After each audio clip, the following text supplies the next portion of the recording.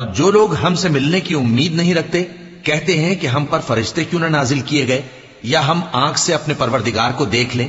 یہ اپنے خیال میں بڑائی رکھتے ہیں اور اسی بنا پر بڑے سرکش ہو رہے ہیں.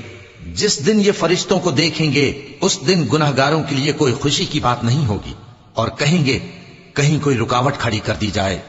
اور جو انہوں نے عمل کیے ہوں گے ہم ان کی طرف متوجہ ہوں گے تو ان کو بکھرا ہوا غبار کر دیں گے. اس دن اہل جنت کا ٹھکانہ بھی بہتر ہوگا اور ان کے آرام کی جگہ بھی خوب ہوگی.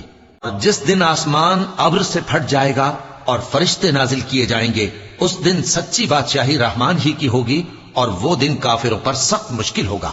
اور جس دن ظالم اپنے ہاتھ کاٹ کاٹ کھائے گا اور کہے گا کہ اے کاش میں نے پیغمبر کے ساتھ رستہ اختیار کیا ہوتا.